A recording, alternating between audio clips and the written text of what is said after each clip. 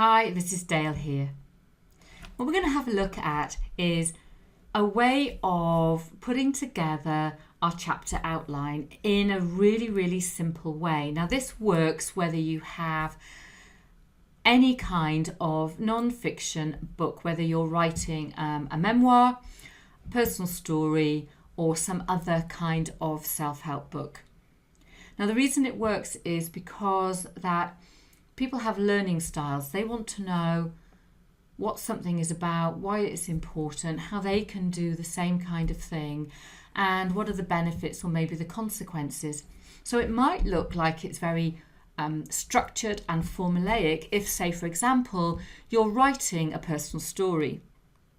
But actually that's not true, and I'm going to give you a demonstration of how this works. So this is the document that we're going to be using. And for every chapter, we give it a chapter name, say what the chapter is about, so that's your what, how does it start, wherever that part of your story is, questions you're answering, and then you've got this what, why, how, what if framework, you've got thinking points and a call to action. So let me go to this Word document. Okay, so this is a book that I'm currently writing, and it is a personal story. So it's not going to have exercises or case studies in. This is my story, my journey, and I'm able to deconstruct my story or construct my story from this document by answering these questions. So let me show you. So I've given the book a working title, Osteoporosis and Me. So the first chapter is called 3 Loud Cracks, and then I've created my own quotation. So what's this chapter about? The discovery that I have osteoporosis and how upset I am given my healthy lifestyle, and that I've previously overcome an overactive thyroid diagnosis. And what's happened is while I'm looking in another direction, I missed some vital clues about my whole being. So how does the chapter start? Well, it starts with the 3 loud cracks and this searing pain. And then how one moment I've gone from someone who's very happy and laughing, who is then thrown into a world of uncertainty.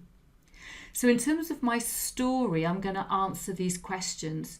What does it feel like to be woken up to something being wrong and you don't know why?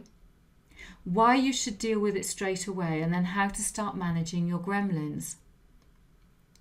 Why is this important to know? Leaving warning signs and burying your head in the sand does not get you out of trouble and onto your healing path. How am I going to share and engage? Well, I'm going to talk about how taking stock, asking for help, journaling, meditating, resting and listening to my body and soul has helped me. And again, they are all things that I will weave into the story. So my what if? Well, if you bury your head in the sand, things will only get worse. And if you open up to support and love, you can start to create positive change, make positive choices, even if they are emotionally and physically painful. Thinking points. I want my reader to look at their situation and know that they can create space for a change. And it is okay to put themselves first. They are now fighting for their lives. Their very existence is being challenged and the core of who they are. My call to action, I want the reader to stop and take stock of where they are and what they're doing and asking if this supports them. And then I've got my next chapter, which is called Fractures, Fractured and Fractals. So what is this chapter about? Now, in the previous chapter, I will have revealed that the 3 loud cracks are compression fractures in my spine. So no wonder there's all this pain. And what I'll also reveal is in the part where I talk about asking for help is that although I'm naturopathically trained, I go and engage with a naturopathic nutritionist and I give her my entire life case history. Mine, my mum's, my grandmother's, everything I know about my father and my brother, everything. So this chapter is looking at the bigger part of picture of my life so that I can find the root cause. And I'm using the analogy of fractures and fractured and fractals because they're patterns. And what happens in naturopathic medicine is that they look at the whole picture. And what people tend to do is when they're presented with something, they look at what is going on in the moment. And what we need to do is look back through our life, through the fractures, the patterns, the fractals of our life, to find out, well, why did we arrive at this point now? So the chapter starts with going back in time to look at me from birth, but also my family, and tracing a picture of the stress in my body and soul, the story of my life and that of my family.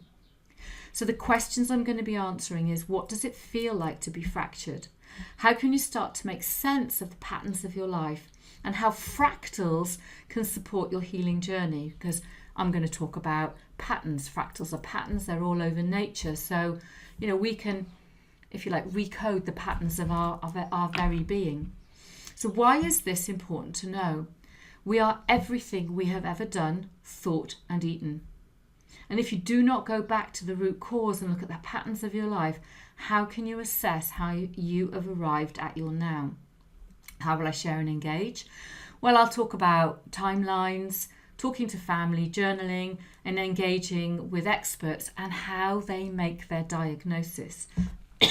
Excuse me. The what if, by understanding what, why, and how, you have a baseline to work from, and then you can plan your unique healing plan.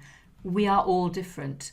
You can't just give everybody a drug or a healing plan or a eat this or drink that or take these supplements.